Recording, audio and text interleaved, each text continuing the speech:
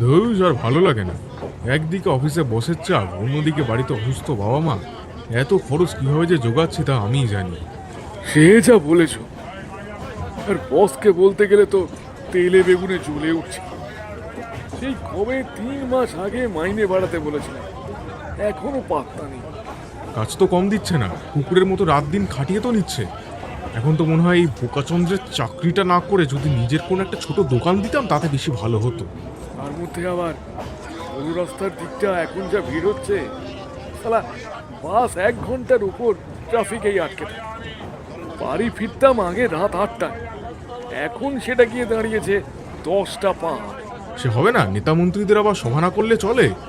শুনছি তো prime minister নাকি এই 3 দিন পরই শহরে আসবেন কোনো এক মেট্রো উদ্বোধন করার জন্য। তাই ঘটা করে রাস্তার মোড়ে প্যান্ডেল করে সভা রাখতে হবে না? সেটাই হলো কথা। নেতাদের আবার কি আছে, আপনা কাম বানতা, ভাড় মে যায় জনতা। কথাটা শেষ হওয়ার সাথে সাথেই দুলকি চালে ধীরে ধীরে ট্রেনটা প্রবেশ করল সবথেকে ব্যস্ততম স্টেশনের 3 নম্বর প্ল্যাটফর্মে। একটু একটু করে ধীর গতির ট্রেনটা থেমে যেতেই সেইখানে নামা শুরু করলো অফিসগামী মানুষের ঢল। প্রত্যেকেই যেন সেই স্থানে ছুটছে, তাড়াতাড়ি অফিস পৌঁছতে হবে, তার আগে বাস ধরতে হবে। এক মুহূর্ত সময় নেই ওই মানুষগুলোর কাছে। এটাই হয়তো আম আদমির ভবিতব্য এবং রুজিরুটি। সকাল হতেই স্যুটবুট পরে তৈরি হয়ে বেরিয়ে পড়তে হবে বসের ফরমাইশ খাটার জন্য। পাড়ায় সবাই ভাববে ছেলেটা কত বড়ই না কলকাতার অফিসে চাকরি করে। তবে ওই বড় বড় অফিসের ইমারতগুলো যে ওদের প্রতিদিন শুষে নিচ্ছে তার হদিশ কি কেউ জানে? হঠাৎ করেই প্ল্যাটফর্মের 3 নম্বর গেটের দিক থেকে সমস্ত চলতে থাকা লোকের ভিড়ে একজন তীব্র গতিতে ছুটতে শুরু করলো। কেউ গুণাক্ষরেও টের পেল না যে লোকটা একটা কালো রঙের ছোট সুটকেস সেই ভিড়বহুল স্থানে ফেলে পালিয়েছে। ব্যাগটা থেকে তখন টিকটিক শব্দ করে বেজে চলেছে একটা টাইমারের ক্ষীণ ধ্বনি, যে বার্তা জানান দিচ্ছে এক ভয়ানক বিভীষিকাময় বিপদে। হঠাৎ করেই কেউ কিছু বুঝতে পারার আগেই ঘটে গেল ব্যাপারটা। টাইমারের শব্দটা তখন থামতেই তীব্র এক বিস্ফোরণের শব্দে ভরে গেল প্ল্যাটফর্ম চত্বর। চারিদিকে তখন দাউ দাউ করে জ্বলছে আগুন, ভেসে আসছে ক্ষতবিক্ষত মানুষের আর্তনাদ। এক ছোট শিশু তখন কোনো ক্রমে বেঁচে গিয়েছিল সেই আগুনের থেকে। সে তখন ধীরে ধীরে তার ক্ষতবিক্ষত মায়ের হাতটা ধরে টানছে আর তীব্র চিৎকার করে কাঁদছে। সমস্ত জনসমুদ্র যেন হঠাৎ থমকে গিয়েছে সেই স্থানে। প্ল্যাটফর্মে সেই কোণাটি যেন পরিণত হয়েছে এক রণক্ষেত্রে। বাইরে এমন সময় একসাথে দমকল ও অ্যাম্বুলেন্স দুটো গাড়িরই শব্দ শোনা গেল। তবে ততক্ষণে সবটা শেষ হয়ে গিয়েছে। আজকের সব থেকে বড় খবর, সকাল সকাল 10:30 নাগাদ শহরের সব থেকে ব্যস্ততম স্টেশনের 3 নম্বর প্ল্যাটফর্ম কমপ্লেক্সে ভয়ানক বিস্ফোরণ বা বোম ব্লাস্ট ঘটেছে। শোনা যাচ্ছে প্রথম 10 মিনিট দাউ দাউ করে আগুন জ্বলছে সেই স্থানে, তবে মিনিট 15-র মধ্যে অ্যাম্বুলেন্স এবং দমকল পৌঁছে যাওয়ায় পরিস্থিতি এখন নিয়ন্ত্রণে আনা সম্ভব হয়েছে। এখনো পর্যন্ত 32 জনের নির্মম মৃত্যু ঘটেছে এবং আহতের সংখ্যা ছাড়িয়েছে 70 জনের ওপরে। পুলিশ সন্দেহ করছে এ কোনো গোপন জঙ্গি সংগঠনের কাজ, যারা স্টেশনে বোমা রেখে এই দুঃসাহসিক কাজটা করেছে। এই রকমই গরম গরম খবর সবার আগে জানতে দেখতে থাকুন আমাদের জনপ্রিয় news channel.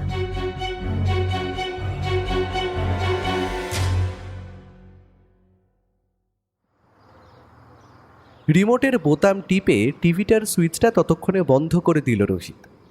Under cover CBI agent Anirban Roy ততক্ষণে নিজের বেড থেকে নেমে গিয়ে দাঁড়িয়েছেন জানলার পাশে। ওনার হাতে ততক্ষণে উঠে এসেছে একটা সিগারেট। তিনি সেটা ধরিয়ে সামান্য সুখ টান দিয়ে ধোঁয়াটা ছাড়লেন বাইরের দিকে। আগের অপারেশনে সন্ত্রাসবাদীদের হাত থেকে তিনি উদ্ধার করেন 4 জন নামজাদা ভারতীয় বিজ্ঞানীদের, যাদের ব্যবহার করে সন্ত্রাসবাদীরা একটি বায়ো ওয়েপেন বা রক্তবীজ তৈরি করতে চাইছিল, এবং তারা সফলও হয়। বিজ্ঞানীরা মুক্ত হলেও আবিষ্কার করা রক্তবীজ নিয়ে পালিয়ে যায় একজন সন্ত্রাসবাদী। জিনিসটা উদ্ধার করতে গিয়ে সন্ত্রাসবাদীদের হামলায় জখম হয়ে কিছুদিন অসুস্থ ছিলেন তিনি। তবে এখন মোটামুটিভাবে সুস্থ। কিন্তু কিছুতেই এই বম ব্লাস্টের খবরটা তিনি হজম করতে পারলেন না। স্যার, রক্তবীজ এখনও সন্ত্রাসবাদীদের হাতে, কিন্তু ওরা এখনও সেটা বাইরে প্রয়োগ করেনি। না হলে এতক্ষণে আমরা পৃথিবীর বুকে অন্য কোনো একটা ভয়ঙ্কর অসুখের সন্ধান পেয়ে যেতাম। তাহলে স্যার, আপনার কি মত? ওরা ওই জিনিসটা নিয়ে ঠিক কী করতে চাইছে? রোহিত, তুমি এখনো ছোট, তাই ওদের মতো বড় ধরনের ক্রিমিনালদের চিন্তাশক্তির স্বাবলম্বী হওনি। ওরা যদি রক্তবীজের মতো এত শক্তিশালী একটা বায়ো ওয়েপেন স্প্রেড করে মানুষের ক্ষতি করতে চায়, তবে ওদের দরকার একটা বড় জায়গায়, যে জায়গায় মানুষের ভিড় উপচে পড়বে। এমন জায়গা বলতে আছে ভারতের বড় বড় শহরগুলি। সুতরাং আমাদের এই দিকে নজর রাখতে হবে। ইন্টেলিজেন্সের লোক চারিদিকে ছড়িয়ে আছে। যদি কোনো এরকম খবর আসে, আমরা তাতে ঝাঁপিয়ে পড়ব। স্যার, কিন্তু আপনাকে তো ডক্টর বলেছেন যে মিনিমাম এখনও 1 সপ্তাহ রেস্ট নিতে। আপনি দয়া করে এত উত্তেজিত হবেন না। কি বলছো তুমি রোহিত? আজ এই জনবহুল প্ল্যাটফর্মে যে বোম ব্লাস্টের মতো ঘটনা ঘটল, আর তাতে প্রায় 30-40 জনের মৃত্যু হয়েছে, কতজন আহত হয়েছে তার কোনো শেষ নেই। ব্যাপারটা সাধারণ ঘটনা নয় রোহিত। আমাদের এই শহর কিন্তু ভারতের সবথেকে জনবহুল শহরের মধ্যে একটা। সুতরাং তারা যখন এই বম ব্লাস্টের ব্যাপারটা এখানে ঘটিয়েছে, সুতরাং এর পিছনে নিশ্চয়ই কোনো কারণ আছে। ওই সন্ত্রাসবাদীরা কি চায় স্যার? ওরা কিচ্ছু চায় না, ওরা খালি চায় মানুষের ক্ষতি, তাতেই ওদের লাভ। আর ওদের লোকজনদের আগেরবার আমি দৌড়িয়ে দেবার জন্য ওদের নজর এবার আমার ওপরেও পড়বে আশা করি। ওদের মতো দেশদ্রোহীদের আমি নিজের হাতে শাস্তি দেব। আমার দেশের উপর যারা আঙুল তুলে চাইবে সেই আঙুল ভেঙে গুড়িয়ে দেব আমি। এই যে বোম ব্লাস্টে এতজন আহত হলো, এতজনের প্রাণ গেল, রক্তের বদলা রক্ত দিয়ে নেব আমি। কথাটা শেষ হওয়ার আগেই তার বাড়ির জানলা দিয়ে যে দৃশ্যটা তিনি দেখলেন, সেটা দেখে তিনি স্থির থাকতে পারলেন না। ব্যাপারটা এতটা তাড়াতাড়ি ঘটল যেন শ্বাস নেওয়ার সময় ছিল না। কারণ ওনার বাড়িটা দোতলা হওয়া সত্ত্বেও পাশের বড় ফ্ল্যাটের ছাদে কয়েকজন তখন বাচ্চা ঘুড়ি ওড়াচ্ছিল। তিনি তা দেখছিলেন আগেই। হঠাৎ ওদের মধ্যে একটা বাচ্চা উত্তেজিত হয়ে কি যেন একটা দেখালো আঙুল দিয়ে অন্য একটা ভাঙাচোরা ফ্ল্যাটের ছাদের দিকে। ভাঙা বাড়িটার দিকে তাকাতেই সঙ্গে সঙ্গে তিনি বিদ্যুৎ বেগে জানলা থেকে লাফ মেরে ঘরের অন্য অংশে লাফিয়ে পড়লেন। আর তৎক্ষণাৎ ঘটল ঘটনাটি। একটা তীব্র বন্দুকের গর্জন শোনা গেল বাইরে, আর তার সঙ্গেই অনির্বাণ রায়ের ঘরের জানলা দিয়ে প্রবেশ করে একটা গুলি ঝনঝন করে পাশের টেবিলে রাখা একটা চীনেমাটির ফুলদানিকে ভেঙে টুকরো টুকরো করে দিল। ফুলদানির ভাঙা টুকরোগুলো তখন মাটিতে লুটোপুটি খাচ্ছে, আর অনির্বাণ রায় ঘরের অপর প্রান্তে পড়ে প্রচণ্ডভাবে হাঁপাচ্ছেন। একটা স্নাইপার ছিল ভাঙা বাড়িটার ছাদে। লোকটা আমাকে শেষ করে দিতে চেয়েছিল। বাচ্চা ছেলেগুলো পাশের ছাদ থেকে যদি ইশারা না করে ব্যাপারটা দেখাতো, এতক্ষণে আশা করি আমার ভবলীলা সাঙ্গ হয়ে যেত। জোর বাঁচা বেঁচে গেছি। জানালাটা বন্ধ করে দিই স্যার, আর পুলিশে খবর দিই লোকটাকে ধরার জন্য। না রোহিত, তার কোনো দরকার নেই। লোকটা জানে তার গুলি ব্যর্থ হয়েছে। সে আশা করি এতক্ষণে পালিয়েওছে, তবে পালিয়ে বাঁচতে পারবে না। একটা গভীর ষড়যন্ত্রের গন্ধ পাচ্ছি আমি রোহিত। একটা বড় কিছু ঘটতে চলেছে শহরে। কিন্তু ওই লোকগুলো আমাদের এই নতুন বাড়িটা চিনল কি করে? আপনি যে এখানে আছেন সেটা তো কারুর জানবার কথা নয়। কথাটা শেষ হওয়ার আগেই বাইরে একটা ভারী গাড়ির শব্দ শোনা গেল, আর সঙ্গে সঙ্গেই কাঠের সিঁড়িতে ভারী বুটের শব্দ শোনা গেল। দরজাটা খুলে দাও রোহিত। মেঘনাথ স্যার, বিষ্ণু স্যার এবং বিক্রম স্যার এসেছেন আশা করি। নতুন কোনো খবর দিতে হয়তো। দরজাটা খোলার সাথে সাথেই অনির্বাণ রায়ের অনুমানকে সঠিক প্রমাণ করে ঘরে প্রবেশ করলেন এই তিনজনই। ও মাই গড, হোয়াটস হ্যাপেন হিয়ার? ফুলদানিটা এইভাবে ভেঙে পড়ে আছে, এইসবের মানে কি অনির্বাণ? দেশপ্রেম স্যার, দেশপ্রেম থাকলে এরকম ছোটোখাটো প্রাণঘাতী হামলা হয় আমাদের উপর। তা তো আপনি ভালো মতোই জানেন। ওই যে দেওয়ালের গায়ে গুলিটা লেগে আছে, দেখলেই বুঝতে পারবেন কি হয়েছিল। তোমার এখানে থাকা সেফ নয়। সন্ত্রাসবাদীরা তোমার এই ঠিকানার হদিশ পেয়ে গেছে। তোমায় কয়েকদিন গা ঢাকা দিতে হবে। চিত্ত যেথা ভয় শূন্য, উচ্চ সেথা শির। প্রাণ থাকতে পালিয়ে যেতে বলছেন বিষ্ণু স্যার? যে লড়াইয়ে নেমেছি সেটা শেষ না করে যে আমি কোথাও যাব না। তার জন্যই আমাদের এখানে আসা অনির্বাণ। হেডকোয়ার্টারে চলো, তার আগে তোমায় কিছু একটা দেখানোর আছে।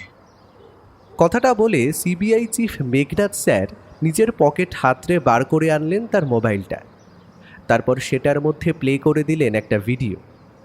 ভিডিওর ব্যাকগ্রাউন্ডটা চেনা সবারই, আর সামনে অন্ধকারে বসে থাকা লোকটাকেও। এ আর কেউ নয়, অপারেশন রক্তবীজের মাস্টার মাইন্ড সন্ত্রাসবাদী এডওয়ার্ড। আর সে এখন কিছু একটা বলতে চাইছে। বাড়ি বাড়ি ঘুঘু তুমি খেয়ে যাও দান, এইবার ঘুঘু তোমার প্রদীপ পড়ান।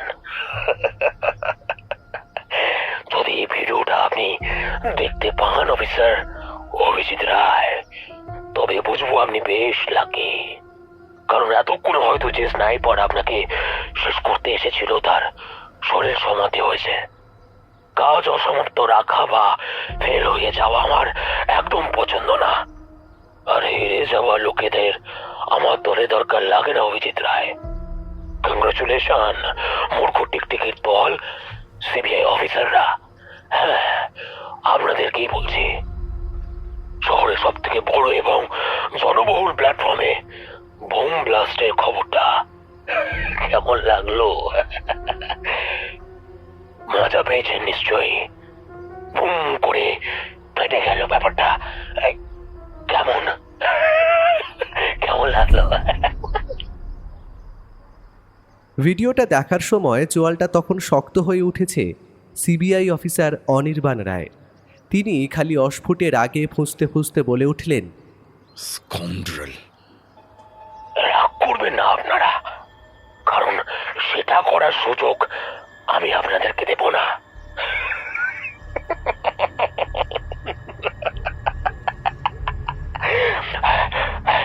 শহরে শহরে আরো তিনটে, ঠিক শুনেছেন, আরো তিনটে স্থানে আমার লোকেরা বোমা পেট করে রেখেছে। সময় আসলে প্রতিটা দুম করে পেটে উঠবে। তৈরি থাকুন আপনারা। আর রক্তবীজ এখন আমার হাতে, মনে থাকে যেন। সময় এলে ওটারও ব্যবহার হবে। তৈরি থাকুন, তৈরি থাকুন, তৈরি থাকুন, আপনারা তৈরি থাকুন। ভিডিওটা শেষ হওয়ার সাথে সাথেই পুরো ঘর নিশ্চুপ, কারো মুখে কোনো কথা নেই। তবে সেই মুহূর্তে ঘরের নিস্তব্ধতা ভেঙে বেজে উঠল বিষ্ণু স্যারের ফোন।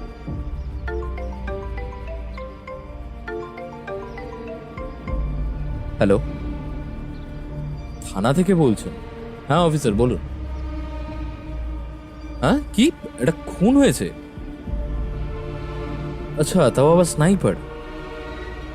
হ্যাঁ, লোকটা হয়তো বড় বন্দুক ছিল। আচ্ছা ঠিক আছে, আমরা এক্ষুনি পৌঁছাচ্ছি। ফোনটা কেটে দিয়ে বিষ্ণু স্যার উত্তেজিত হয়ে বললেন, আমাদের এই বাড়িটার থেকে কয়েক মিনিটের মধ্যেই একটা ভাঙা বাড়ি পড়ে। সেই বাড়ি দিয়ে হন্তদন্ত হয়ে বেরোতে থাকা একটা কালো জ্যাকেট পরা লোককে দুটো ছেলে বাইকে করে এসে গুলি করে রাস্তার মোড়ে পালিয়ে গেছে। মৃত লোকটার ব্যাগে মিলেছে একটা বিশাল বড় স্নাইপার রাইফেল। বোঝাই যাচ্ছে আমাদের অফিসারকে শেষ করার দায়িত্ব একেই দেওয়া হয়েছিল। লোকটাকে ওরা কাজ শেষ করার পর এমনিও শেষ করে দিত। আমায় মারতে পারলো কি? পারলো না। সে সন্ত্রাসবাদীরা একবারও ভাবতো না। ওরা একটাও সাক্ষী রেখে দিয়ে কাজ এগোবে না, সেটা আমার জানা। এখন উপায় অনির্বাণ। শহরে তিনটে স্থানে লোকগুলো বোমা সেট করে রেখেছে।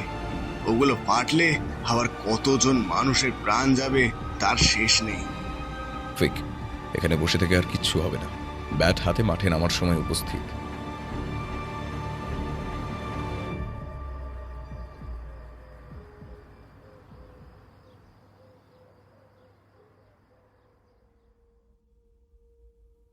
হ্যালো হ্যালো হ্যালো বস, এই সিবিআই অফিসার অনির্বাণ রায় বেঁচে গেছে। আমাদের স্নাইপার ওকে মারতে ব্যর্থ হয়েছে। স্কাউন্ড্রেল সব, আমি জানতাম এটাই হবে, তাই লোকটাকে আগেই শেষ করে দিয়েছি। তবে যেভাবেই হোক আমাদের প্ল্যান যেটা হয়েছে সেটা এক্সিকিউট করতেই হবে। তোমাদের হাতে আর 2 দিন সময় আছে। তার আগে পুরো ব্যাপারটা অন্যদিকে ঘুরিয়ে দিতে হবে। পুলিশ যেন কোনোভাবে সন্দেহ করতে না পারে আমাদের আসল মতলবটা কি। আমরা সেটারই প্রস্তুতি নিচ্ছি বস, আপনি নিশ্চিন্তে থাকুন। প্রথম ঘটনা যেটা বলেছিলেন, প্ল্যাটফর্মে বোম ব্লাস্ট সাকসেসফুল, আর গোয়েন্দা বিভাগ এবং পুলিশ এখন ওই দিকটা নিয়েই ব্যস্ত থাকবে। আর এই সুযোগটা কাজে লাগিয়ে আমরা কাল একটা শপিং মল অথবা বাচ্চাদের স্কুল হাইজ্যাক করার প্ল্যান ছকে নিচ্ছি। ওয়েল থট মাই বয়, তবে স্কুলের থেকে আমার মনে হয় শপিং মল হাইজ্যাক করে তাতে টাইম বোমা লাগিয়ে বেরিয়ে আসা অনেক বেশি সুবিধাজনক।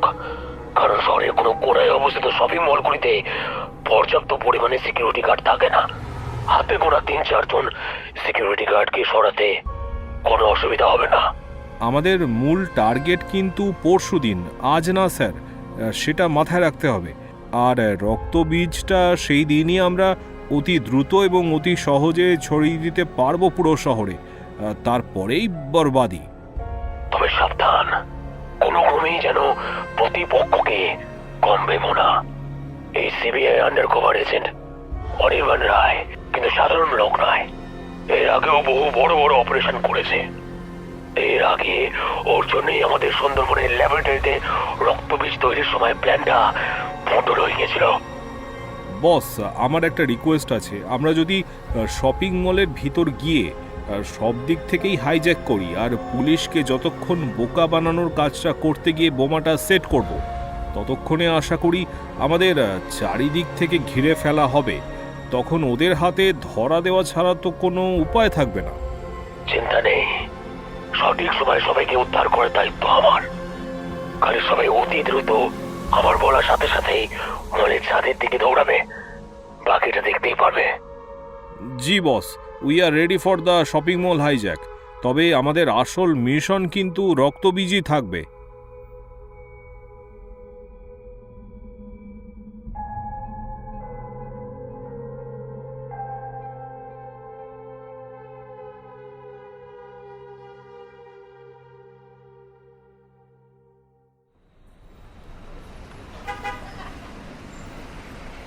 সময়টা তখন দুপুর 2টোর কাছাকাছি হবে। প্রতিদিনের মতোই এই রাস্তার বেশিরভাগ অংশ জনবহুল এবং চারিপাশে মানুষের ব্যস্ততা দেখার মতো। প্রতিদিনের মতো আজও শহরের পশ্চিম কোণার এই বিলাসবহুল শপিং মলে ভিড় তখন গিজগিজ করছে। 4 মাথার মোড়টায় গাড়িগুলো তখন দাঁড়িয়ে আছে সিগন্যাল গ্রিন হওয়ার অপেক্ষায়। সবারই তখন দ্রুত কাজে পৌঁছানোর তাড়া, সবাই চায় আগে যেতে। ঠিক এমন সময় বিলাসবহুল শপিং মলটার একদম সামনের দিকে এসে থামলো একটা সবুজ রঙের গাড়ি। গাড়িটা থামতেই তাতে দেখা গেল প্রায় 7-8 জন অজ্ঞাত লোক। প্রতিটা লোকের শরীর আপাতমস্তক কালো রঙের পোশাক দিয়ে ভালোভাবে ঢাকা। মুখে তখন তাদের কালো রঙের ফিটটি। কাউকেই অতি সহজে চেনা সম্ভব নয়, তবে লোকগুলোর উদ্দেশ্য যে সঠিক নয় তা সহজেই অনুমান করা যায়। কারণ প্রতিটা লোকের হাতে রয়েছে বড় বড় ধরনের মেশিন গান, যেগুলো সাধারণত দেখা যায় সন্ত্রাসবাদীদের হাতে। তবে 3 জন লোকের পিঠে রয়েছে একটা করে কালো রঙের ব্যাগ, আর সেই ব্যাগগুলোতে যে কি আছে তার হিসেব কেউ জানে না। ভালো করে লক্ষ্য করলে হয়তো দেখা যেত সবুজ গাড়িটার সামনে এবং পেছনে দুটোরই নাম্বার প্লেটটা কিছু একটা দিয়ে ঢাকা। অতর্কিতে অত্যন্ত সাবধানতার সাথে চারিদিক থেকে লোকগুলো নামলো গাড়ি থেকে। তাদের হাতে তখন উঠে এসেছে মেশিন গানগুলো। লোকগুলো গাড়ি থেকে নেমেই তীর বেগে ছুটতে শুরু করলো সিঁড়ি ভেঙে বিলাসবহুল শপিং মলটার গেটের কাছে। লোকগুলোকে নামিয়ে দেওয়ার সাথে সাথেই বিদ্যুৎ বেগে গাড়িটার তীব্র স্টার্ট নেওয়ার শব্দ করে পাশের বড় রাস্তায় মিলিয়ে গেল। কাঁচের অত্যন্ত দামি এবং ডিজাইন করা গেটগুলোর সামনে তখন পাহারায় রয়েছে 2টো দারোয়ান। তাদের হাতে একটা লাঠি ছাড়া কিছুই চোখে পড়ে না। আততায়ীদের মধ্যে 5 জন তীর বেগে ছুটতে ছুটতে গেটের সামনে এসে পৌঁছানোর সাথে সাথেই দেখতে পেল অসহায় দারোয়ান দুটিকে। ওদের মধ্যে একজন একটা বাঁকা হাসি হেসে হাতের মেশিন গানটা তুলে ধরল লোকগুলোর ওপর। শত ব্যস্ততার ভিড়ে চারিদিকে ঘুরতে থাকা লোকজন তখন শুনতে পেল কয়েকটা গুলির শব্দ। একবার নয়, 2 বার। পুরো শপিং মলের বাইরেটা এবং সেই মলের গেটটা তখন কেঁপে উঠল মেশিন গানের শব্দে। অসহায় দারোয়ানগুলোর মুখ থেকে কোনো শব্দ বের হওয়ার আগেই তাদের শরীরে পুরে প্রবেশ করেছে বুলেট। রক্তে ভেসে যাচ্ছে চারিপাশ। মলের সিঁড়ি বরাবর একটা একটা করে রক্তের ফোঁটা চুইয়ে চুইয়ে নেমে যাচ্ছে ঝর্ণার ধারার মতো। চারিদিকে যেদিকে পারছে প্রাণ নিয়ে পালাতে শুরু করলো। মহিলাদের অতর্কিতে ভয়ার্ত চিৎকার ভরিয়ে ফেলেছে তখন চারিপাশ। আততায়ীদের মধ্যে 5 জন সঙ্গে সঙ্গে প্রবেশ করলো মলের ভিতরে। তারপর চিৎকার করে অট্টহাসির শব্দে বলে উঠল,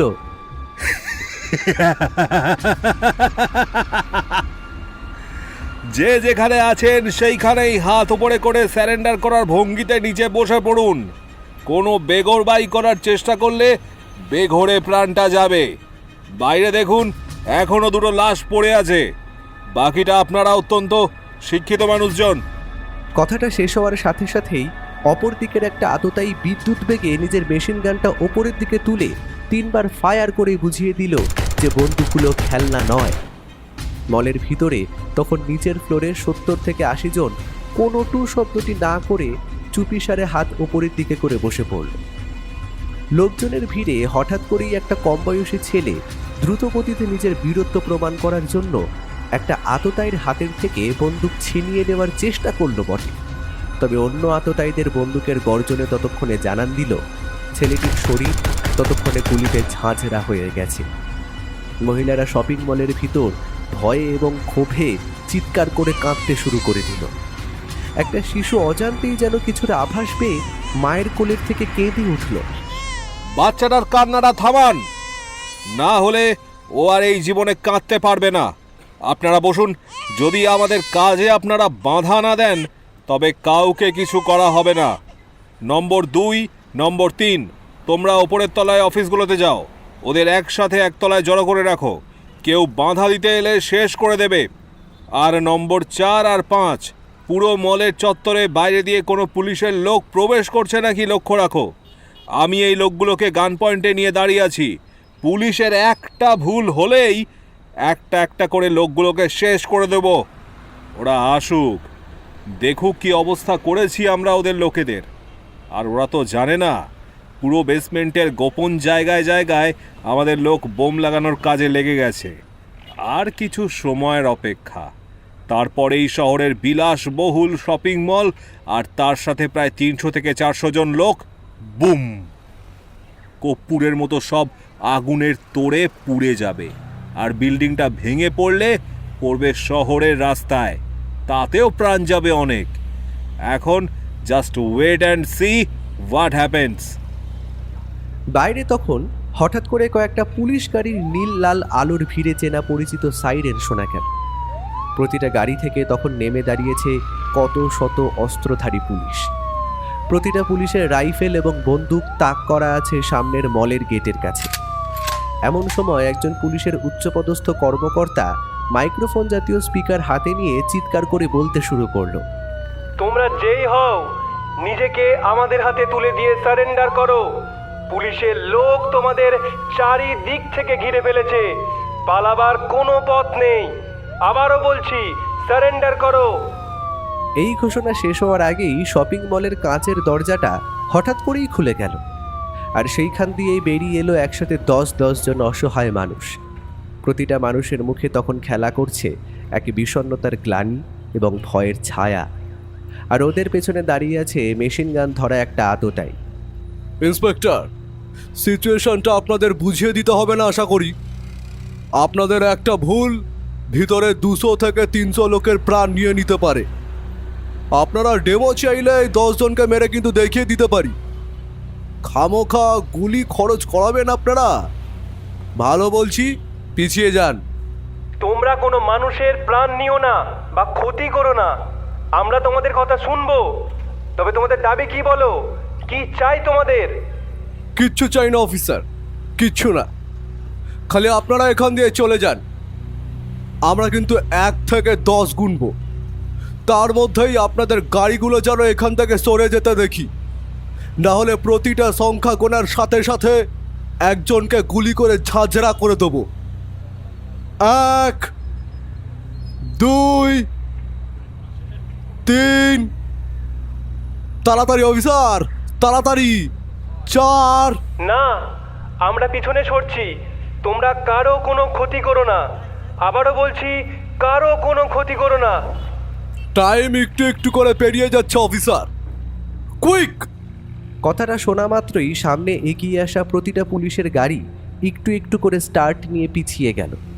গাড়িগুলোর সাইরেনের শব্দ জানান দিচ্ছে এক দুর্বিষহ অবস্থার কথা।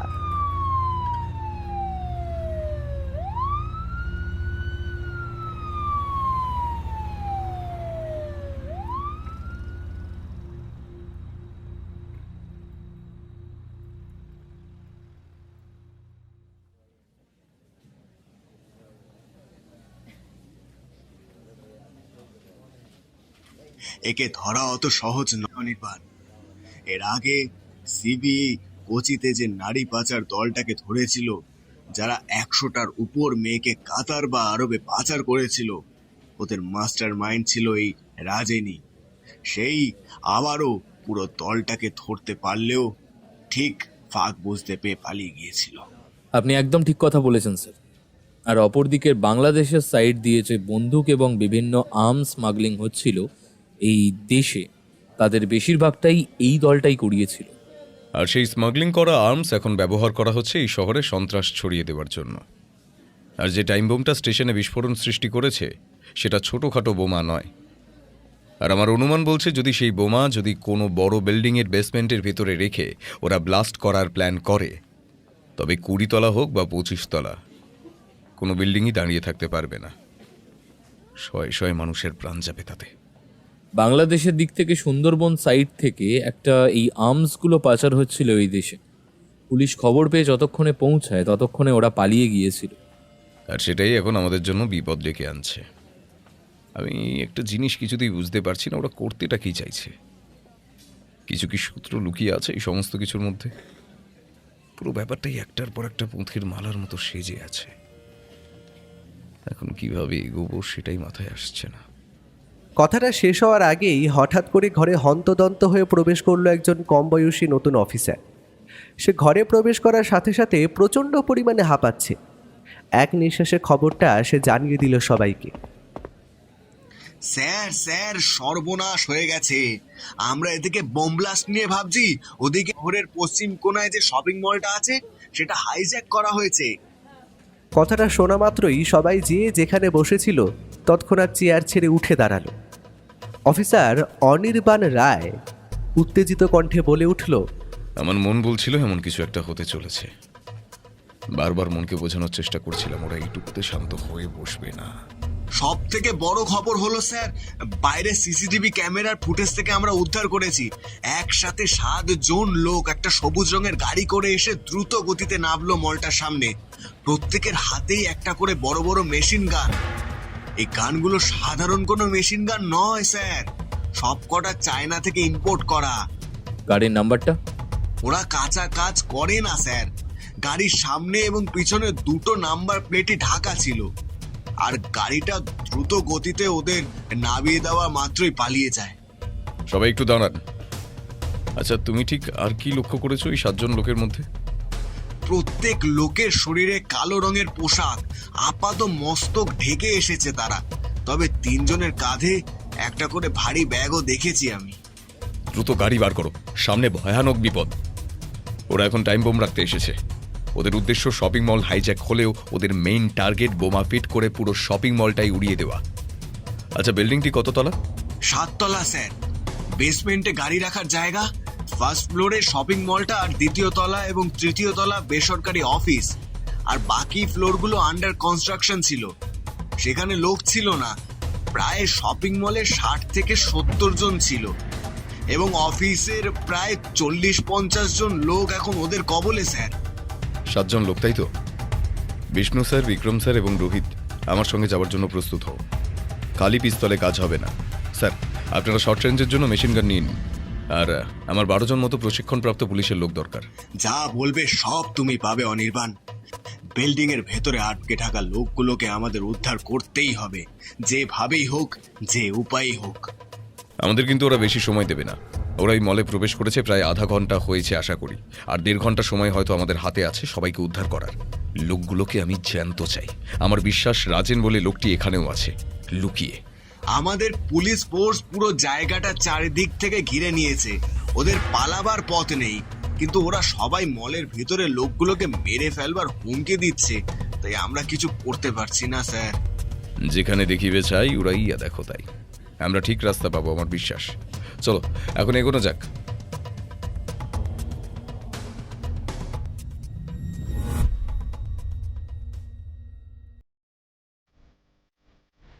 আজকের সব থেকে জোরালো খবর, শহরের বুকে একবার বোম ব্লাস্টে বহু মানুষের প্রাণ যাবার সত্ত্বেও সন্ত্রাসবাদীরা চুপ করে থাকেনি। আজ দুপুর 2টো নাগাদ শহরের পশ্চিম কোণে একটি জনবহুল শপিং মল হাইজ্যাক করে তারা। সূত্র মারফত খবর পাওয়া যাচ্ছে পুরো বিল্ডিংটাতে প্রায় 300 জনেরও বেশি লোক ফেঁসে আছে। একসাথে 2জন সিকিউরিটি গার্ড এবং একজন কম বয়সী যুবককে প্রাণে শেষ করে দিয়েছে সেই সন্ত্রাসবাদীরা। প্রতিটা লোকের হাতে রয়েছে উন্নত প্রযুক্তির মেশিন গান এবং তারা এও হুমকি দিয়েছে যে পুলিশ যদি এগিয়ে আসে তবে তারা ভিতরে থাকা মানুষদের শেষ করে দেবে। তবে এইবার কি বলা যায় যে আইন পঙ্গু হয়ে গেছে? কি করছে আমাদের পুলিশ? কি চায় সে সন্ত্রাসবাদীরা? আমাদের ইন্টেলিজেন্স কি পারবে সমস্ত মানুষদের উদ্ধার করতে? জানতে হলে দেখতে থাকুন আমাদের চ্যানেল বং নিউজ। ফোনের স্ক্রিনে চলতে থাকা নিউজ টেলিকাস্টটা বন্ধ করে দিয়ে গাড়ির বাইরের দিকে তাকালেন অফিসার অনির্বাণ রায়। কারণ প্রশ্নটা এবার উঠেছে আইনকে নিয়ে, আইনের প্রতি আস্থাকে নিয়ে। প্রতি মুহূর্তে যদি এইভাবেই মানুষ আইনের ওপর আস্থা হারিয়ে ফেলে সেটা তো ভালো দেখায় না। চলতে থাকা গাড়ির পেছনের সিটে তখন বসা আছে উন্নত প্রযুক্তির মেশিন গান সহ সিবিআই অফিসার বিষ্ণু স্যার এবং বিক্রম স্যার, আর মাঝে রোহিত। সবার গন্তব্য এবং চিন্তা একটাই, যে কিভাবে তারা উদ্ধার করবে ওই অসহায় মানুষগুলোকে সেই সন্ত্রাসবাদীদের হাত থেকে। একটা ব্যাপার লক্ষ্য করেছেন কি বিষ্ণু স্যার? সিসিটিভি ক্যামেরার ফুটেজে গাড়ি থেকে আমরা মোট 7 জন লোককে নামতে দেখেছিলাম, কিন্তু ওদের মধ্যে 2 জনকে পরে আর দেখা যায়নি। আমার প্রশ্ন হলো ওরা তবে গেল কোথায়? হয়তো ওরা 2 জন ওপরের অফিসের লোকগুলোকে সামলাতে ব্যস্ত। শপিং মলের থেকেও বেশি লোক কিন্তু অফিসে ছিল, এটা ভুললে কিন্তু হবে না। আমার বিশ্বাস ব্যাপারটা এতটা সহজ নয়। আর এই সমস্ত হাইজ্যাককারী সন্ত্রাসীদের কিছু দাবি থাকে।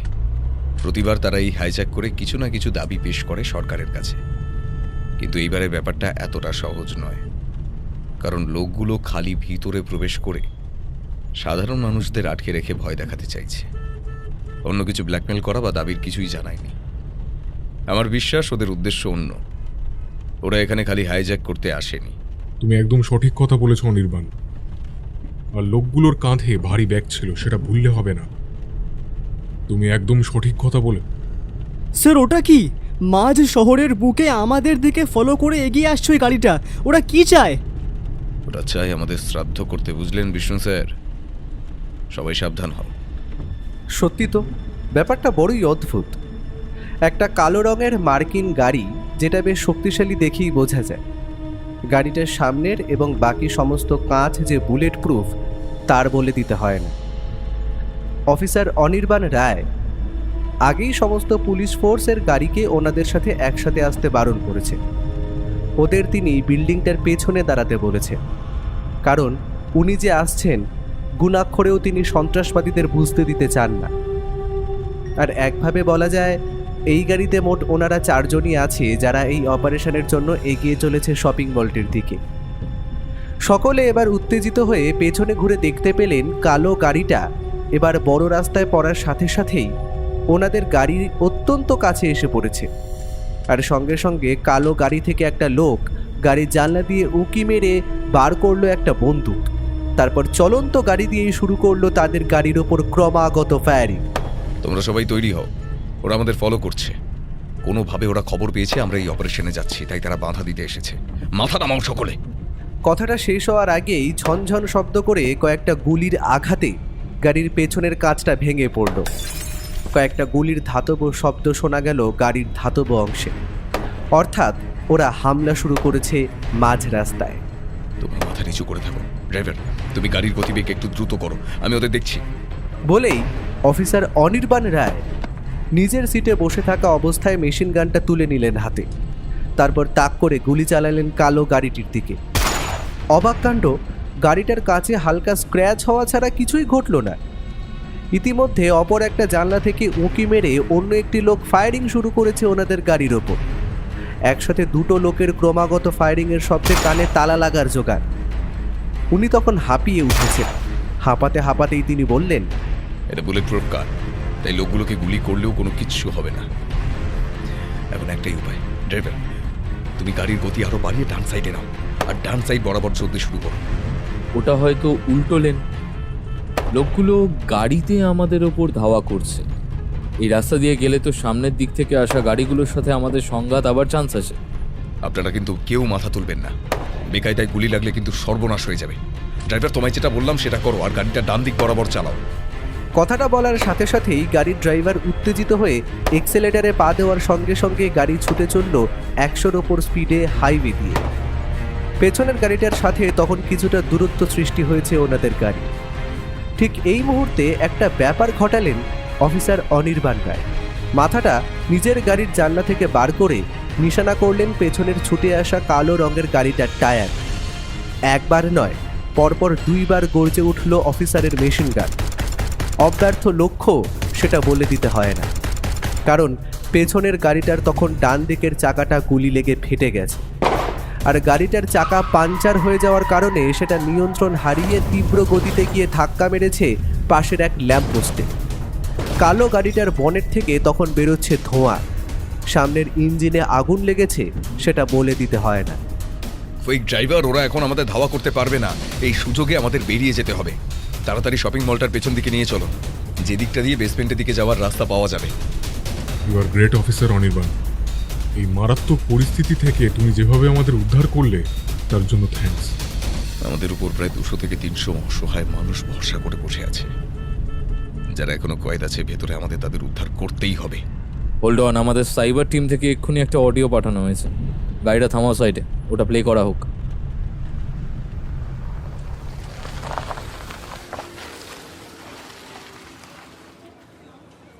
স্যার স্যার, খুব জোর টয়লেট পেয়েছে, দয়া করে আমাকে একটু ওয়াশরুম হয়ে আসতে দিন। ওই তো ওয়াশরুম, আমি এক্ষুনি চলে আসবো, পালাবার চেষ্টা করবো না। তাড়াতাড়ি যা চালি, এই দুনিয়া থেকে একদম ওপরে তুলে দেবো। দেখবি তখন ওইখানে গিয়ে যত ইচ্ছা করে নিস। চুপ, এটা নেচার্স কল সালা। তোর পেলে তুই কি করবি হারামজাদা? এখানে কাপড়ে চোপড়ে হয়ে গেলে পরিষ্কার করবে তোর বাপ। ঠিক আছে, আমি সঙ্গে যাচ্ছি, বাইরে দাঁড়াবো। 5 মিনিটের মধ্যে বেরিয়ে না আসলে কিন্তু গুলি করে শেষ করে দেবো আমি।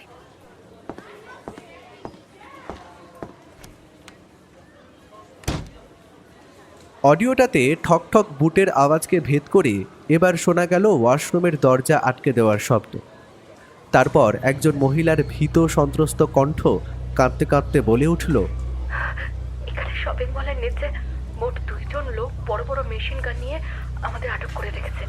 একজন দাঁড়িয়ে আছে সামনের এন্ট্রান্স গেটে, বন্দুক নিয়ে পাহারায়, যাতে কেউ ভিতরে প্রবেশ করতে না পারে।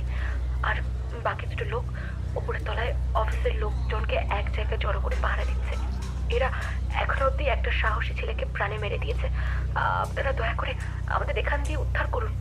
আমি কোনো ক্রমে ফোনটা বাঁচিয়ে রেখে আপনাদের অডিও করছি। ওরা আমাদের সবার ফোন এক জায়গায় নিয়ে রেখেছে, আমি নিজেরটা লুকিয়ে রেখেছিলাম। হঠাৎ করেই বাইরে দরজা ধাক্কা দেওয়ার শব্দ শোনা গেল। শালি, ভেতরে কি করছিস বে? 1 নম্বর কাজ সাথে এতক্ষণ লাগে নাকি? দরজা খোল, না হলে কিন্তু দরজার ভেতর দিয়ে গুলি ছুটতে বাধ্য হব আমি। হঠাৎ করেই অডিওটা কেটে যাওয়ার শব্দ শোনা গেল, আর সাথে সাথেই বিপ বিপ শব্দ করে অডিওটা বন্ধ হয়ে গেল।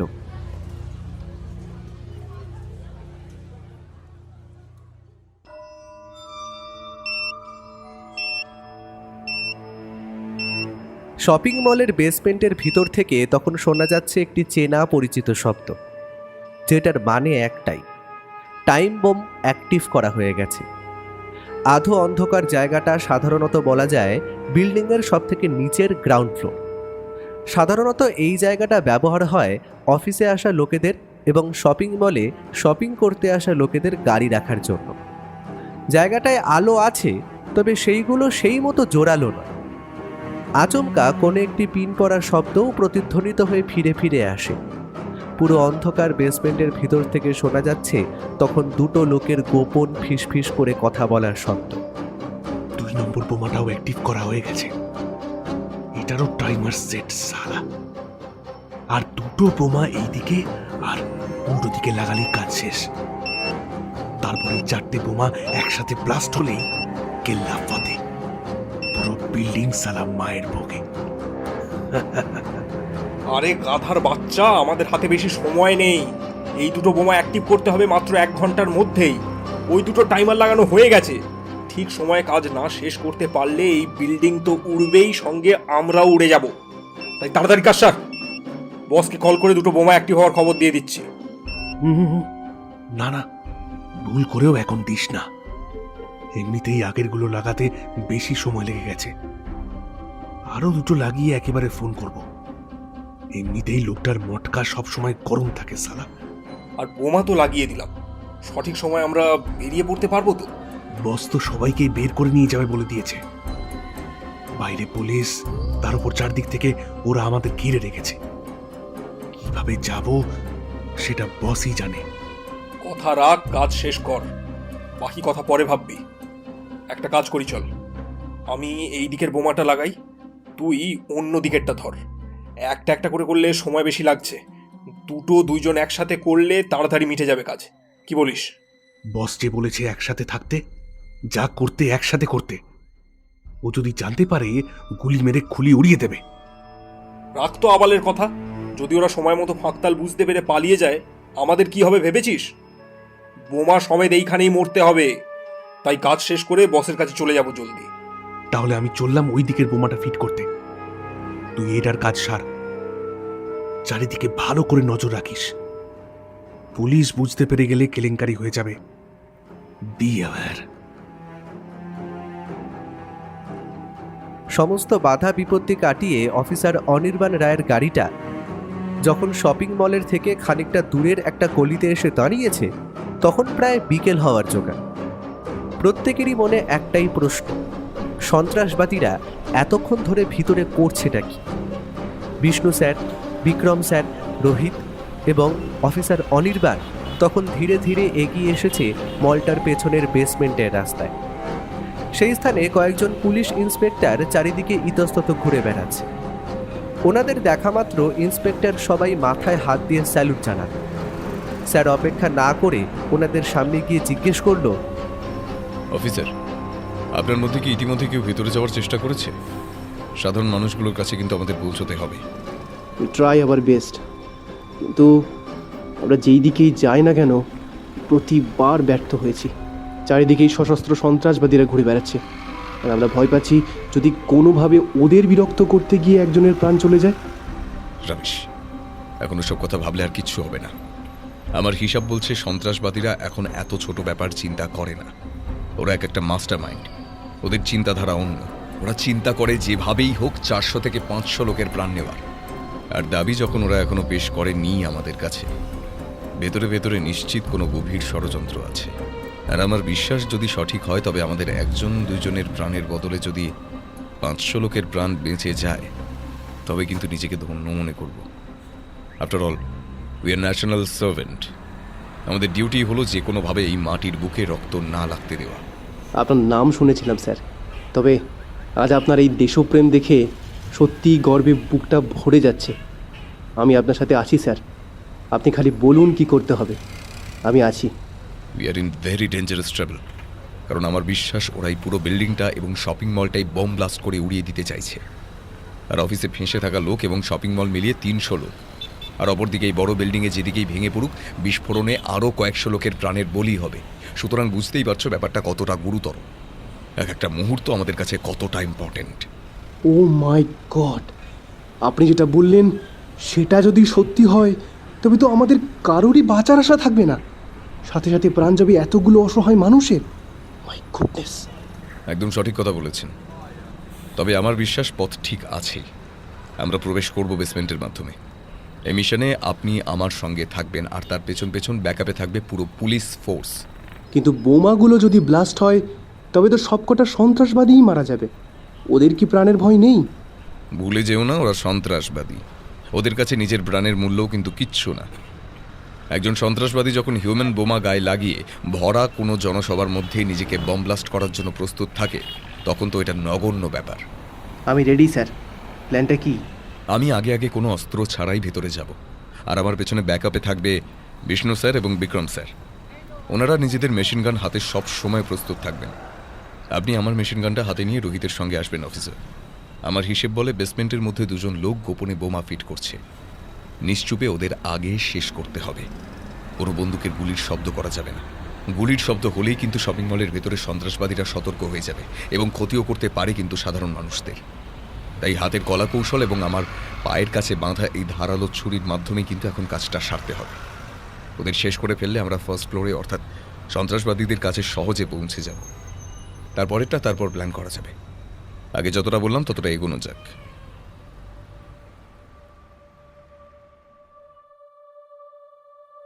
অফিসার অনির্বাণ রায় তখন প্রস্তুত সামনের দিকে শপিং মলের গ্রাউন্ড ফ্লোরে যাওয়ার জন্য, কিন্তু এখন চাই একটা দমদার এন্ট্রি যা বেসমেন্টে থাকা সন্ত্রাসবাদীদের মনে কোনো সন্দেহই সৃষ্টি করবে না। অপরদিকে সহজভাবে ভিতরে প্রবেশ করাও হয়ে যাবে। শপিং মলের বেসমেন্টের গ্যারেজটিতে প্রবেশ করার মোট দুটো রাস্তা ছিল। তিনি তখন ঠিক করলেন পেছনের দিকে রাস্তা দিয়ে এগোনোই ঠিক হবে। এমন সময় তিনি হাতে পিস্তলটা সামনের দিকে তাক করে ধীরে ধীরে নিঃশব্দে প্রবেশ করলেন গ্যারেজটির বেসমেন্টের ভিতর। বিষ্ণু স্যার ওনার পেছন পেছন এগিয়ে চললেন ব্যাকআপ দেওয়ার জন্য, হাতে একটা ফুললি লোডেড মেশিন গান। তার পেছনে কভারে রোহিত, বিক্রম স্যার এবং ইন্সপেক্টর। বাকি পুলিশরা দাঁড়িয়ে আছে, তাদের দরকার পড়লে ইশারা করে ডেকে নেওয়া হবে। সালাম, মোটামুটি এই 3 নম্বর বোমাটাও লাগানো শেষ। এবার ওর কাছে যেতে হবে। ওর শেষ বোমাটা লাগানো হলে ব্যাস কাজ শেষ। এই টাইম বমটা লাগাবার আগে একটা সিগারেট ধরিয়ে টেনে নি, পরে যদি সম্ভব না হয়। কথাটা বলে লোকটা উবু হয়ে বসে থাকা সামনের দিকে উঠে দাঁড়ালো। তারপর নিজের পকেট থেকে বার করে আনলো একটা সিগারেট। একটা দেশলাই বাক্স বার করে সেটা ধরাতে যাবে এমন সময় খানিকটা দূরে দাঁড়িয়ে থাকা একটা গাড়ির আড়াল থেকে কালো রঙের ছায়াকে উঁকি মারতে দেখল। ছায়ামূর্তিটা যেন লোকটাকে দেখে তীব্র গতিতে সরে গেল সেইখান থেকে। ওই কিরে চলা, ওখানে সামনে আয়, সামনে আয় বলছি, নাহলে এই বন্দুকের গুলি দিয়ে ঝাঁঝরা করে দেবো শালা। গাড়িটার পেছন দিক থেকে এবার কোনো শব্দ শোনা গেল না। চারিদিক তখন নিস্তব্ধ। লোকটা আর দাঁড়ালো না, ফস করে দেশলাইটা জ্বালিয়ে এগিয়ে গেল গাড়িটার দিকে। লোকটার বুটের শব্দ তখন প্রতিধ্বনিত হচ্ছে পুরো গ্যারেজটার বেসমেন্টে। শালা সুগারের আমি দেখতে পেয়েছি যে ওখানে কেউ আছে। তুই বেরিয়ে আসবি না পায়ে গুলি করব? লোকটা নিজের মেশিন গানের সেফটি ক্যাচটা টেনে গান লোড করে নিল। তারপর সেটা তাক করে এগিয়ে গেল সামনের লাল রঙের গাড়িটির দিকে। গাড়িটার সামনে পৌঁছে সে উকি মারল গাড়ির ওপর, কিন্তু সেই মুহূর্তে ঘটে গেল ব্যাপারটা। লোকটা হয়তো এই জিনিসটার জন্য একেবারেই প্রস্তুত ছিল না। মুহূর্তের মধ্যে গাড়ির ছাদ থেকে লাফ দিয়ে হিংস্র সাপদের ঝাঁপিয়ে পড়ল লোকটার ওপর অফিসার অনির্বাণ রায়। লোকটা মুহূর্তের জন্য সামান্য অসাবধান হয়েছিল, কিন্তু তার মধ্যেই ঘটে গেল ব্যাপারটা। স্যার তীব্র জোরে একটা ঘুষি বসালো লোকটার মুখে। লোকটা সেই ঘুষি খাওয়ার পরেই কাত হয়ে পড়েছিল বটে, কিন্তু সেও ছেড়ে দেওয়ার পাত্র নয়। সে হাত পা ছুঁড়ে নিজেকে ছাড়িয়ে নেওয়ার চেষ্টা করতে লাগলো। ছাড় শালা, তুই যেই হোস, এই বন্দুকের গুলি দিয়ে আজ তোর খুলি উড়িয়েই ছাড়বো। তীব্র ধস্তাধস্তির মধ্যে লোকটার হাতের মেশিন গানটা তখন ছিটকে গিয়ে পড়েছে খানিকটা দূরে। স্যার পারলে তখনই লোকটাকে শেষ করে দিতে পারতেন, কারণ হাতে তখন তার রিভলভার এবং ধারালো ছুরি দুটোই ছিল। তিনি সময় নষ্ট না করে নিজের পকেটে থাকা একটা টেপ জড়িয়ে দিলেন লোকটার মুখে। লোকটা যেন কোনোভাবেই চিৎকার করতে না পারে। সঙ্গে সঙ্গে ওনার পেছনে এসে দাঁড়ালেন বিষ্ণু স্যার। স্যার তখন হাঁপাতে হাঁপাতে নির্দেশ দিলেন লোকটাকে বেঁধে ফেলতে। বিষ্ণু স্যার, আপনি লোকটাকে বেঁধে ফেলুন। ততক্ষণে আমার ব্যাকআপ দেবেন বিক্রম স্যার। স্যার আপনি এগিয়ে আসুন। রোহিত আর ইন্সপেক্টর আপনারা পেছনেই থাকুন। রোহিত, তুমি লোকটার বন্দুকটা হাতে তুলে নাও, কাজে লাগবে। কথাটা বলে তিনি এগিয়ে গেলেন সামনের অ্যাক্টিভ না করার টাইম বোমটার দিকে। তারপর একটা স্বস্তির নিঃশ্বাস ফেলে বললেন, এই বোমাটা অ্যাক্টিভ নয়, তার মানে আরও বোমা আছে। আমাদের এই লোকটার সঙ্গে থাকা অপর একজনকে খুঁজে বার করতে হবে। বলেই তিনি দ্রুত ছুটে গেলেন গ্যারেজের অপর প্রান্তের দিকে। তারপর অন্ধকারের মধ্যেই খানিকটা দূরে নিঃশব্দে হাঁটার পর উদ্ধার করলেন উবু হয়ে বসা একটা লোককে। লোকটা নিচু হয়ে বসে একটা টাইম বোমার তার লাগাচ্ছিল এবং বোমাটা ফিট করা রয়েছে নিচের বেসমেন্টের একটা শক্তপোক্ত পিলারে। তিনি এবার একটা বুদ্ধি খাটালেন লোকটার মন অন্যদিকে ঘুরিয়ে দেওয়ার জন্য। তার হাতে থাকা ওনার সার্ভিস রিভলভারটি তিনি মাটিতে খসিয়ে গড়িয়ে দিলেন লোকটার দিকে। মেঝেতে ঘষতে ঘষতে ধাতব শব্দ করে যখন রিভলভারটা লোকটার থেকে প্রায় 10 হাত দূরে গিয়ে থামল, তার আগে তিনি বিক্রম স্যারের দিকে ইশারা করে দিয়েছেন সেই বোমা লাগাতে ব্যস্ত লোকটা রিভলভারটা দেখে সতর্ক হয়ে উঠে দাঁড়ান। কিন্তু সে নিজের হাতের মেশিন গানটা তুলে নিতে যাবে তার আগেই পেছন থেকে লুকিয়ে থাকা বিক্রম স্যারের মেশিন গানের পেছনের অংশে ঘা তখন লেগেছে লোকটার মাথায়।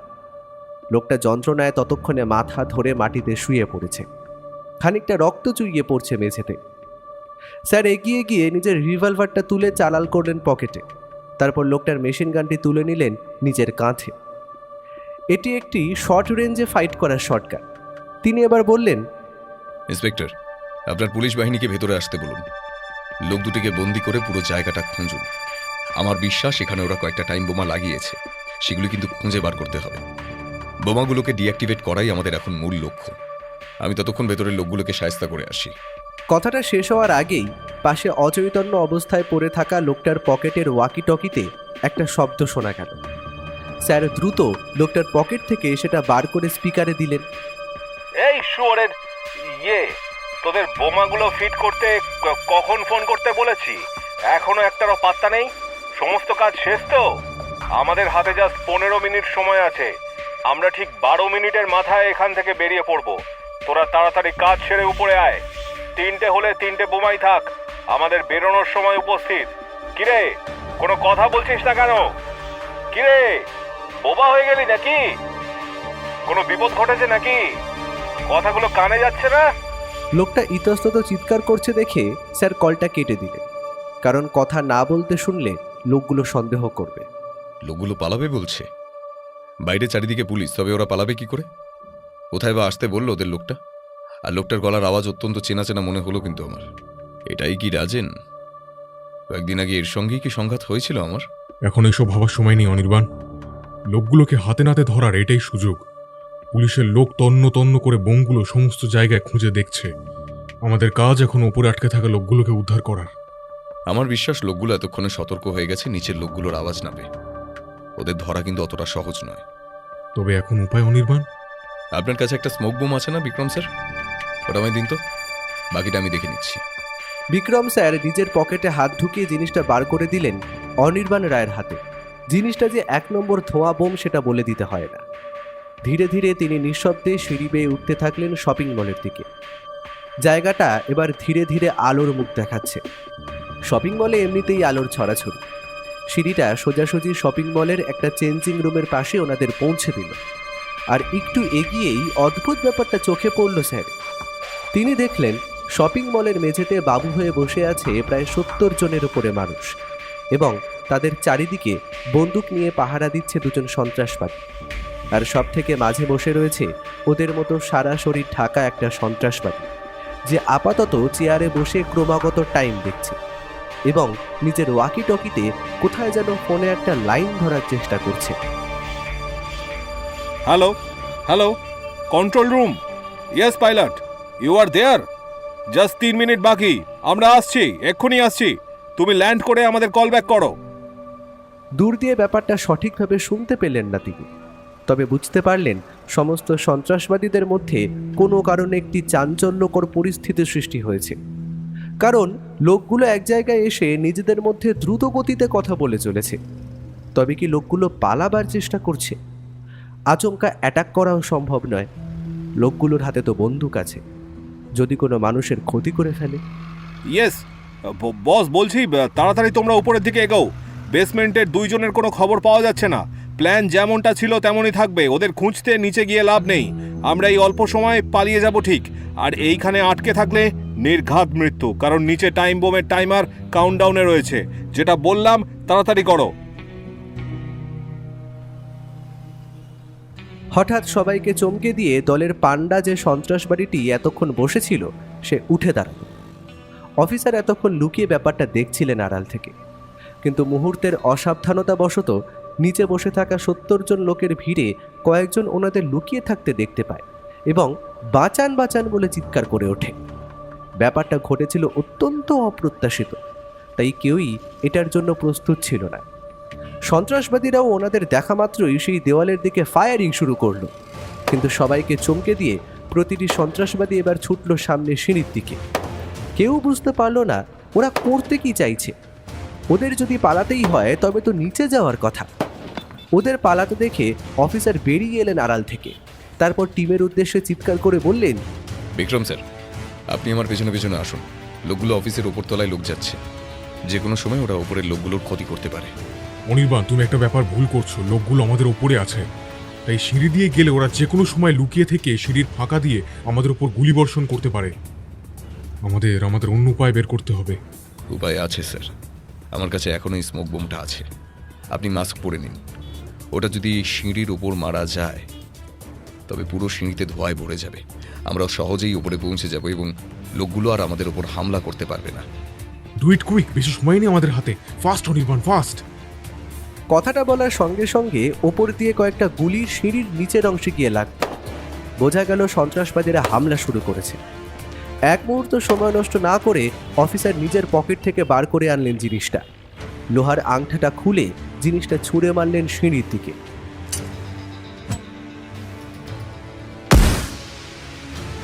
একটা তীব্র গতিতে ধোঁয়া বেরোনোর শব্দ কানে আসতেই চারিদিকে ছড়িয়ে পড়ল প্রবল ধোঁয়া, যে ধোঁয়ায় সিঁড়ির সামনের কিছু দেখা যায় না। এমন সময় অফিসার এবং বিক্রম স্যার ধোঁয়া ভেদ করে ওপরে উঠে দেখলেন একটা অদ্ভুত দৃশ্য। অফিসের লোক যারা ওপরে বন্দী ছিল তারা ভীত সন্ত্রস্ত ভঙ্গিতে তাকিয়ে আছে ওনাদের দিকে। অবাক কাণ্ড হলো, সন্ত্রাসবাদীদের দেখা নেই সেই স্থানে। পুরো ব্যাপারটা আর বুঝতে বাকি রইল না অফিসারের। তিনি দ্রুত ছুটে এগিয়ে গেলেন সামনের লিফলেট দরজার দিকে। আশা করা যায় প্রতিটা সন্ত্রাসবাদী গিয়েছে ছাদের দিকে, অর্থাৎ এই বিল্ডিংয়ের টপ ফ্লোরে। তিনি যতক্ষণে লিফট নিয়ে টপ ফ্লোরের একটা নিচের ফ্লোরে পৌঁছলেন ততক্ষণে ওনার কানে এসেছে শব্দটা সাধারণ নয়, এটা তো একটা হেলিকপ্টারের শব্দ। জিনিসটা যে ছাদে ল্যান্ড করে বসে আছে তা কেউ জানে না। তিনি ছুটলেন টপ ফ্লোরের দিকে, তবে ততক্ষণে অনেক দেরি হয়ে গেছে। ছাদে পৌঁছে তিনি বুঝতে পারলেন ওনার সামনে দিয়ে ঠিক কয়েক সেকেন্ডের মাথায় হেলিকপ্টারটি এখান দিয়ে উড়েছে। কানে ভেসে আসছে তার শব্দ এবং দূরে দেখা যাচ্ছে সেই হেলিকপ্টারটিকে। ছাদে পৌঁছে ছাদের মাটিতেই বসে পড়লেন অফিসার। একবার দুইবার ওনার হাত থেকে পালিয়ে গেল সেই সন্ত্রাসবাদীরা। এমন সময় অফিসারের কাছে থাকা ফোনে একটি কল এলো।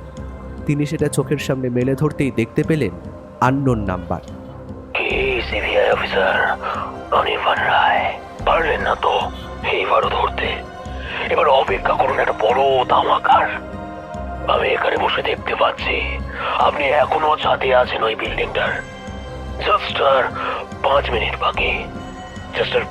বাকি, আছে, তারপরে বুম।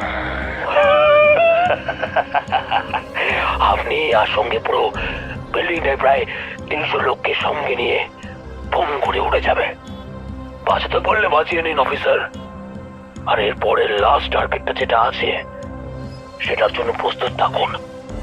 আমাদের আসল মিশন সফল হবে এবার।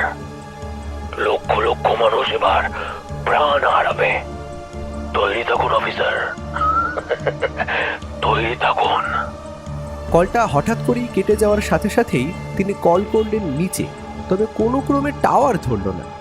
তিনি এবার অতি দ্রুত লিফট ব্যবহার করে নেমে এলেন একদম গ্রাউন্ড ফ্লোরে এবং নিচে নেমে আসা মাত্রই চিৎকার করে বললেন, বিষ্ণু স্যার, এই পুরো বিল্ডিংয়ের বেসমেন্টে বোমা রাখা আছে। আপনারা সেগুলো ডিফিউজ করুন। হাতে মাত্র কিন্তু 3 মিনিট আছে এখন। আর আটকে থাকা প্রতিটা মানুষকে বিল্ডিং থেকে দূরে পাঠানোর ব্যবস্থা করুন। পুরো বিল্ডিংটার বাইরে তখন জমে গেছে প্রায় কয়েকশোর ওপর পুলিশ, দমকল, অ্যাম্বুলেন্স এবং সাংবাদিকদের গাড়ি। সবাই এটা জানে না যে এই বোমাটি ফাটলে কেউ বাঁচবে না। চারিদিকে তখন এক ভয়ের পরিবেশ। প্রতিটা বন্দি মানুষ তখন বিল্ডিংয়ের ভেতর থেকে হুড়মুড়িয়ে বাইরে বেরিয়ে চলেছে। পুলিশ প্রশাসন অতি দ্রুত বিল্ডিংটির আশেপাশের অংশ ফাঁকা করতে চাইছে কোনো এক বড় বিপদের আশঙ্কায়। নমস্কার দর্শক বন্ধুরা, আপনারা দেখছেন বং নিউজ। শহরে ঘটে যাওয়া একটি জনবহুল শপিং মলের হাইজ্যাক কোনো কাকতালীয় ঘটনা ছিল না। এটি ছিল সন্ত্রাসবাদী সংগঠনের গুপ্ত ষড়যন্ত্র। তারা চেয়েছিল পুরো বিল্ডিংটাই বোমা ফিট করে বিস্ফোরণের মাধ্যমে গুড়িয়ে দিতে। সেখানে আটক হওয়া সাধারণ মানুষ সবাই এখন সুস্থ অবস্থায় ফিরে এসেছে। আমাদের ইন্টেলিজেন্স টিম খুব সহজেই পুরো ব্যাপারটাকে হ্যান্ডেল করেছে এবং বোমাগুলিকে ডিঅ্যাক্টিভেট করেছে। শেষ মুহূর্তে কয়েকজন সন্ত্রাসবাদী বিল্ডিংয়ের উপরে আসা হেলিকপ্টারে করে পালিয়ে যায়, তবে 2 জন গ্রেপ্তার হয় এবং তারাই হদিশ দিয়েছে বোমাগুলির। এইভাবেই পুরো শপিং মল হাইজ্যাক ঘটনাটির পরিসমাপ্তি ঘটেছে। তবে সত্যিই কি এটা পরিসমাপ্তি, নাকি এর পরেও সন্ত্রাসবাদীরা আরো বড় কিছু ষড়যন্ত্র করবে? জানতে হলে দেখতে হবে বং নিউজ।